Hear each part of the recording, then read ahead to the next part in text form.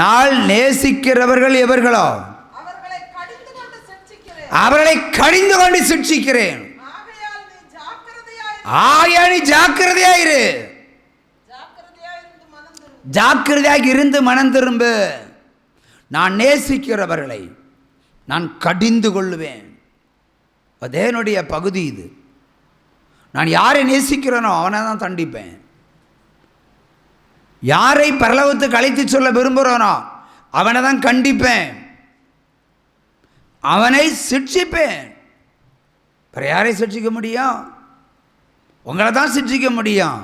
இப்போ சிட்சையும் தண்டனையும் கர்த்தரால் வருகிறது. எதற்கு? நீங்கள் பரிசுத்தமடைந்து தேவனை ஆராதிக்க வேண்டும் என்பதற்காக. ஆகவே இயேசு கல்வாரி சிலுவையில் பாவங்களை சுமந்தார் என்று சொல்லி உங்களுடைய அறிவை மழுங்கடிக்கக்கூடாது. வெளிப்பாடை சொல்லி உற்சாகப்படுத்த வேண்டும். பாவத்திற்கு தண்டனை தான் வைக்கப்பட்டிருக்கிறது, பாவத்திற்கு மரணம்தான் வைக்கப்பட்டிருக்கிறது என்பதனை சொல்ல வேண்டும். பழைய ஏற்பாட்டினுடைய காரியங்களை வீரியமாய் பார்க்கும் பொழுது பாவம் செய்தவர்களெல்லாம் தேவன் கொன்றுதான் குவித்திருக்கிறார். கீழ்ப்படியாத பிள்ளைகளை எல்லாம் பாலைவனத்தில் அடித்தே தீர்த்தார். 6 லட்சம் யுத்த புருஷர்களை அழைத்து வந்தார் பாலைவனத்தில். 6 லட்சம் யுத்த புருஷனுடைய தாய்மார்கள், 6 லட்சம் யுத்த புருஷனுடைய தகப்பன்மார்கள், தாய்மாருடைய தகப்பன் தாய்மார்கள், தாத்தா பாட்டிகள், அடுத்து பிள்ளைகள், அக்கா தங்கச்சி, அக்கா புருஷன் தம்பி தங்கச்சி, அப்படியே புருஷர்கள், அப்படியே பிள்ளைகள், சிறு பிள்ளைகள், எத்தனை கோடி மக்களை அழைத்து வந்தார். ஆனால் கானான் தேசத்திற்கு கொண்டு போனது யோசுவாவும் காலேபு 2 பேர் தான் ஆண்டவர் கொண்டு போயிருக்கிறார். எதை காட்டுகிறது? பாவம் செய்கிறவர்களை இந்த உலகத்தில் வைத்தே கொன்று போடுவேன் என்பதுதான். பரலோகத்துக்கு கூட்டிகிட்டு போக மாட்டேன் என்பதுதான் அடையாளம். பாவம் செய்கிறவர்களை பரலோகத்திலிருந்து கிறுக்கி போடுவேன், இந்த பூமியிலே கிறுக்கி போடுவேன். மன்னிச்சிருந்தால் நம்ம எல்லாரும் பரலோகத்துக்கு போவோம் இல்லையா? இப்போ நம்ம இந்த சபையில் இருக்கிறோம், எல்லோரும் இந்த மன்னிச்சிருந்தா நம்ம இங்கே அப்படியே பரலோகத்தில் போய் உட்காருவோம் இல்லையா? ஆனால் எல்லாரையும் மன்னிப்பாரா? மன்னிக்க மாட்டார். எல்லாரையும் கிட்டத்தட்ட தண்டிப்பார். ஏனென்றால் நம்மிடத்தில் இன்னும் நிறைய இருக்குது, மாற்றங்கள் நிறைய இருக்குது. வசனங்களை பின்பற்றாதவர்கள் நிறைய பேர் இருக்கிறார்கள், மனம் திருந்தாதவர்கள் நிறைய பேர் இருக்கிறாங்க, இச்சை ரோகத்துக்கு இடம் கொடுக்கிறவர்கள் நிறைய இருக்கிறாங்க, பாவ சிந்தனை உடல்கள் நிறைய இருக்காங்க. ஆகவே இந்த உலகத்தின் மேலே ஒரு பற்றுதல் வைத்து இருக்கிறார்கள். அல்லேலூயா, அல்லேலூயா. இந்த உலகத்தில் இருக்கிற யாவரும் உலகத்தினுடைய வாழ்க்கையை தான் தெரிந்து கொள்ளுகிறார்கள், ஆவிக்குரிய வாழ்க்கையை தெரிந்து கொள்வதில்லை. அல்லேலூயா. ஒரு சும்மா கையை தட்டலாம். உன்னிடத்தில் ஒரு கேள்வி கேட்கிறேன். 2 வாசலை வைத்திருந்தார் இல்லையா? உலகத்தினுடைய வாசல் நீ தெரிந்து கொண்டாய். என்ன வாசல் தெரிந்து கொண்டாய்? ஜட்ஜாக வேண்டும். அதை கர்த்தர் வாக்களித்திருக்கிறார், அதை கொடுத்துருவார். இப்போ நான் ஒரு கேள்வியை கேட்குறேன். ஒரு ஸ்திரீ படித்து பெரியவளாக மாறி ஒரு ஜட்ஜாக மாறுவது உலகத்தினுடைய ஒரு காரியம், தேவனுடைய காரியம் அல்ல, உலகத்தினுடைய காரியம். அதை வாக்களித்தார், வாக்களித்தபடி செய்து முடிக்கப் போகிறார். இவ்வளவு ஒரு சாட்சி. ஆனால் இப்பொழுது நான் ஒரு கேள்வி உங்கள்கிட்ட கேட்குறேன். ஏன் ஆவிக்குரிய வழி தெரிந்து கொள்ளக்கூடாது? ஏன் ஆவிக்குரிய வாழ்க்கைக்கு ஒரு முதலிடம் கொடுக்கக்கூடாது? ஆண்டவர் என்ன கேட்குறார்? முதலாய் உகந்ததை தேடு, அப்பொழுது எல்லாம் கூட கொடுக்கப்படும். முதலாய் உகந்ததை தேடு, அப்பொழுது எல்லாம் கூட கொடுக்கப்படும். அப்போ நம்ம உகந்ததை தேடுவதில்லை, நமக்கு உகந்ததை இன்றைக்கி தெரிந்து கொள்கிறோம். என் மனைவி சேர்த்து தான் சொல்கிறேன். வேலையை விடுனா விட மாட்டான். உலகத்துக்குரிய காரியங்களை தான் நிறைய பேர் பிடிச்சிக்கிட்டு இருக்காங்க. நம்முடைய தேவன் யார் என்று நினைத்தீர்கள்? அதாவது தேவன் அவருடைய சப்தத்தை கேட்டு செவி கொடுத்தா நமக்கு என்ன ஆசையோ அதை அவர் நிறைவேற்றி தருவார். இப்போ நான் அடிக்கடி சொல்லுவேன், நான் ஒரு பத்திரிகை ஆசிரியர்னு சொல்லுவேன். கூடி சீக்கிரம் ஒரு தினப்பத்திரிகையினுடைய ஆசிரியராக மாற போகிறேன். ஒரு சம கையை தட்டுங்க. அல்லேலூயா. டெய்லி பேப்பர்னுடைய ஒரு பத்திரிகை ஆசிரியர்னா இன்னும் பவர் தானே, ஆண்டருக்கு பணியை இன்னும் கொஞ்சம் வேகமாக செய்யலாம். ஆகவே நான் விட்டாலும் அவர் விட மாட்டார். உனக்கு என்ன ஆசை அதை நிறைவேற்றுவார். ஆனால் முதல்ல என் பணியை செய், 2வது உலகத்தினுடைய பணியை செய்யலாம். அதான் தேவன் எப்பொழுதும் நினைப்பார். ஆகவே நல்ல பங்கை அநேகர் தெரிந்து கொள்வதில்லை. நமக்கு என்ன ஆசையோ அதை அவர் நிறைவேற்றுவார். அது ஒரு பக்கம் இருக்கட்டும். ஆனால் முதலிடம் நீங்கள் கொடுப்பது உலகத்துக்கு தான் கொடுக்குறீங்க, ஆண்டவருக்கு அல்ல என்பதனை இந்த நாளிலே கோடிட்டு காட்டுகிறேன். ஹல்லேலூயா. என்னுடைய இருதயத்தில் என்ன இருக்கிறதோ அதைத்தான் அவர் வாய்க்க செய்வார். என் பிள்ளை எதை கேட்டாலும் கொடுப்பேன். இன்னும் வேதவசனம் என்ன சொல்லுகிறது? நீ எவைகளை கேட்கிறாயோ அவைகளை தான் தருவேன். ஆனால் முதல்ல என்ன தேடுனா சொல்லுவார். ஆகவே நீங்கள் என்ன செய்யணும்? இன்று முதல் முதலாய் ஆண்டவரை தேடுங்க. ரெண்டாவது உலகத்துக்கு இடம் கொடுங்க. முதலிடம் உலகத்துக்கு கொடுத்தா ஆண்டவருக்கு ரெண்டாவது இடமாக மாறிப்போகும். இப்போ ஆண்டவருக்கு ரெண்டாவது இருக்கையை போட்டால் எப்படி இருக்கும்? ஆண்டவருக்கு இங்கே சிங்காசனம் போட்டால் நல்லா இருக்கும் இல்லையா? அவருக்கு அங்கே சிங்காசனம் போட்டால் எப்படி இருக்கும்? அல்லேலூயா சொல்லுங்கள். அல்லேலூயா. இன்றைக்கி ஒரு சகோதரி, என்னால் ஞானஸ்தானம் பெற்ற ஒரு சகோதரி தூத்துக்குடியிலேருந்து ஃபோன் பண்ணாங்க. இன்றைக்கி வந்தால் திருவிருந்து கிடைக்குமா, நாளைக்கு வந்தால் திருவிருந்து கிடைக்குமா, கிளம்பி வரட்டுமான்னு கேட்குறாங்க. நான் கேட்ட பதில், இதே இடத்துல இதே இருக்கையில் தேவன் உட்கார்ந்திருப்பதை பலமுறை தரிசனமாய் கண்ட குடும்பம், பலமுறை தரிசனமாக கண்ட குடும்பம். ஒரு முறை அவருடைய புருஷன் இங்கேயே முழங்காலில் நின்றுட்டார். ஏன்னா அவருக்கு முன்னாடி அவர் நிற்கிறாரு. நீங்கள் நினச்சிருக்கீங்க பிசாசு பிடிச்சார் நின்று இருப்பாருன்னு, பார்த்துருப்பீங்க. கணவன் மனைவியாக நின்று இருக்காங்க.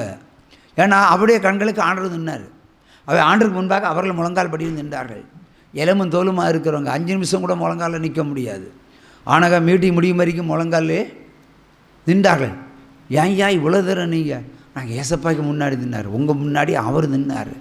அவர் நிற்கிறாரு, நீங்கள் பேசுகிறீங்க, அவர் சொல்கிறத நீங்கள் சொல்கிறீங்க, அதாங்க கேட்குறோம் என்று சொன்னவர்கள் இன்றைக்கு என்னிடத்தில் கேட்கிறார்கள், திருவிருந்தெடுக்க வரட்டுமா? அப்புறம் தூத்துக்குடி. நான் என்ன பதில் சொல்லியிருப்பேன்? என்ன சொல்லியிருப்பேன்? பிரதர் சொல்லுங்கள். திட்டி விட்டுருப்பேன். நான் யோவா மாதிரி. யோவானுக்கு தலையை வெட்டினார்கள், கொய்தார்கள். எந்த தலைவனும் ஒருத்தராலும் வெட்ட முடியாது. உற்சமா கையை தட்டுங்க. அல்லேலூயா. இங்கே ஆண்டவர் எனக்கு தந்த பதிலை நான் அவர்களுக்கு கொடுத்தேன். போய் பேசுறியான்னு கேட்டார். எல்லா பிரமாணத்தையும் பின்பற்றுகிறியான்னு கேட்டார். உனக்கு அடுத்த வருஷம் பெரிய வேளன் என்று உனக்கு திருவிருந்து தருகிறேன். இந்த ஒரு வருஷமும் உனக்கு திருந்துவதற்கு கொடுக்கப்படுகிறது. நீ கிட்டத்தட்ட எல்லா பிரமாணத்தையும் பின்பற்றி இருக்கலாம். ஆனால் வாழ்க்கை பயணத்தில் நீ சத்தியத்தை பின்பற்ற வேண்டும். எந்த ஒரு மனிதனிடத்திலும் போய் பேசக்கூடாது. கடங்காரம் வந்து காரி துப்புனாலும் போய் பேசக்கூடாது. கடங்காரம் ஒன்றை அடித்து துவைச்சா கூட நீ ஆண்டவரை தூஷிக்கக்கூடாது. ஆண்டவருக்கு கொடுத்துட்டு உலகத்தில் இருந்து கதறக்கூடாது.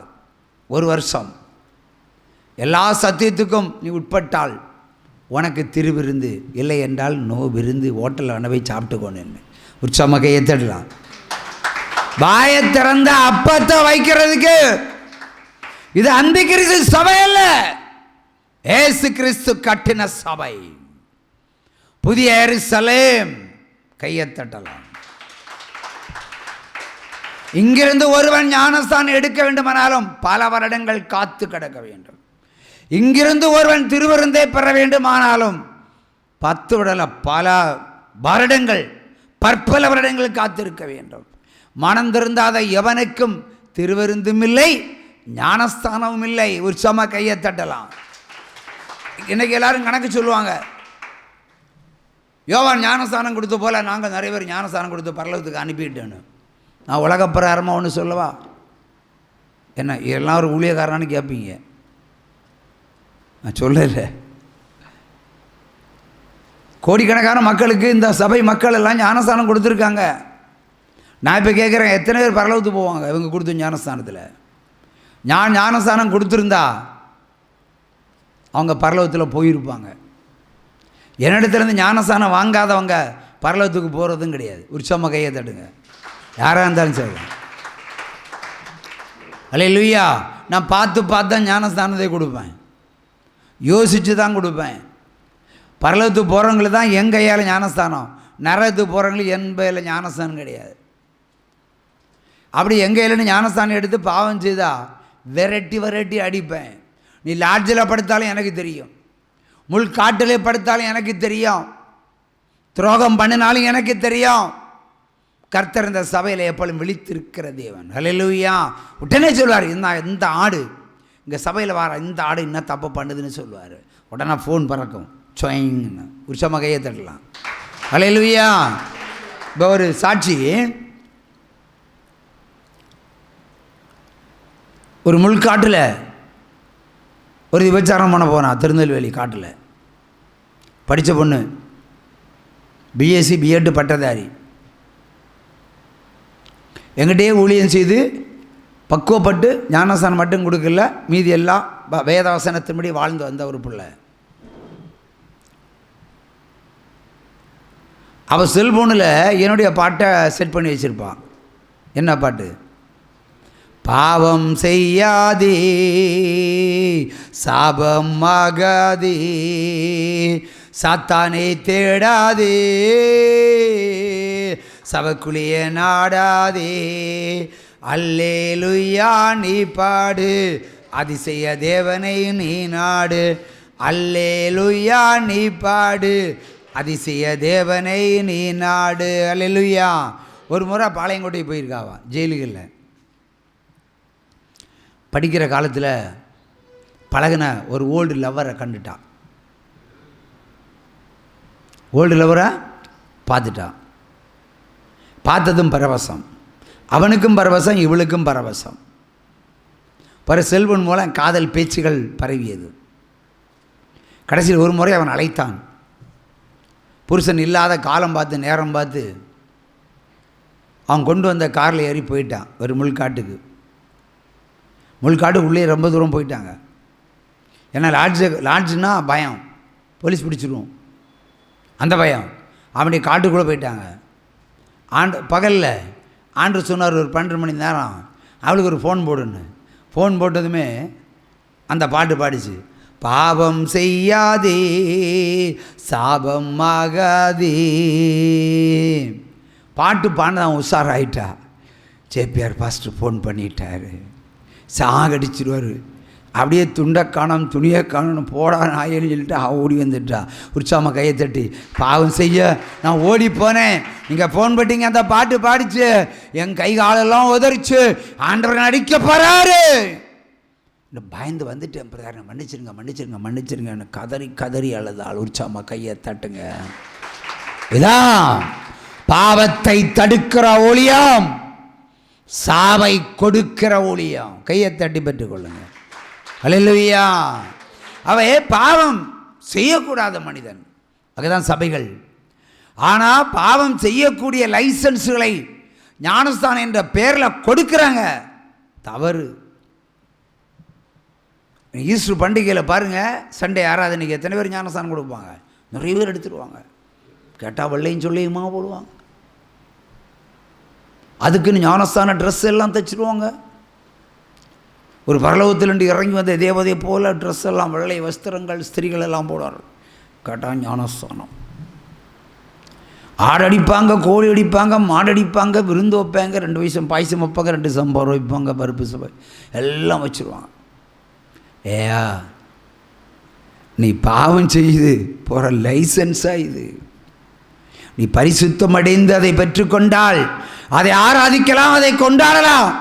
இன்னொரு பாவம் செய்வதற்கு நீ லைசன்ஸை கொடுத்து அனுப்புகிறாய். பொய் பேசுகிறவர்களுக்கு நீ ஞானஸ்தானம் கொடுக்கிறாய். யோவானை போல் நில்லு, யோவானை போல் நில்லு. சொல்லு, விரியன் பாம்பு குட்டியே, உனக்கு ஞானஸ்தானம் இல்லைன்னு சொல்லி அனுப்பு. பொய் பேசுகிற உனக்கு இல்லை, பாவத்தை மேற்கொள்கிற உனக்கு ஞானஸ்தானம் இல்லை. துரோகிகளும் பாவிகளும் ஞானஸ்தானத்தை பெற்று பரலோகத்துக்கு போகலாம் என்று டூப்ளிகேட் ஞானஸ்தானங்கள் கொடுக்கப்படுகிற அத்தனை பேரும் பாவிகள். கொடுக்கிறவன் அதை விட பாவிகள், கொடுக்கிறவன் அதை விட பாவிகள். நான் டிவியில் ஒரு ஞானஸ்தான செய்தியை போடுவேன். ஒரு ஆப்பிரிக்கா பாஸ்டர் ஒரு பையனுக்கு ஞானஸ்தானம் கொடுக்குறான். நான் அடிக்கடி போடுவேன். அது பார்த்தாலே சிரிப்பு வரும். அவன் ஞானஸ்தானம் பெறுவதற்கு முழங்கால நிற்கிறான். யார்? பெற்றுக்கொள்ளுகிறான். இவர் ஒரு மணியை வச்சு ஆட்டிகிட்டு இருக்காரு. என்ன மணி? செண்ட கையில் ஒரு மணி வச்சுருக்கிறாரு. எல்லோரும் பைபிள் வச்சுருப்பாங்க, இவர் மணி வச்சுருக்கிறாரு. இவன் கொஞ்ச நேரம் என்னதோ அவனுக்கு மொழியில் அவன் பிரசங்கம் பண்ணுறான். பைபிளில் தான் பிரசங்கம் பண்ணியிருப்பான், ஆனால் நமக்கு புரியாது இல்லை. அதுக்கப்புறம் அவனுக்கு தலையை பிடிச்சி முக்கி 2 காலுக்கு நடுவில் செருகி வச்சுட்டான். அவன் மூச்சு திணறதான், புடைக்கிறான், எடுத்து சாடனான். எவ்வளோ நேரம் தண்ணிக்குள்ளே இருக்க முடியும்?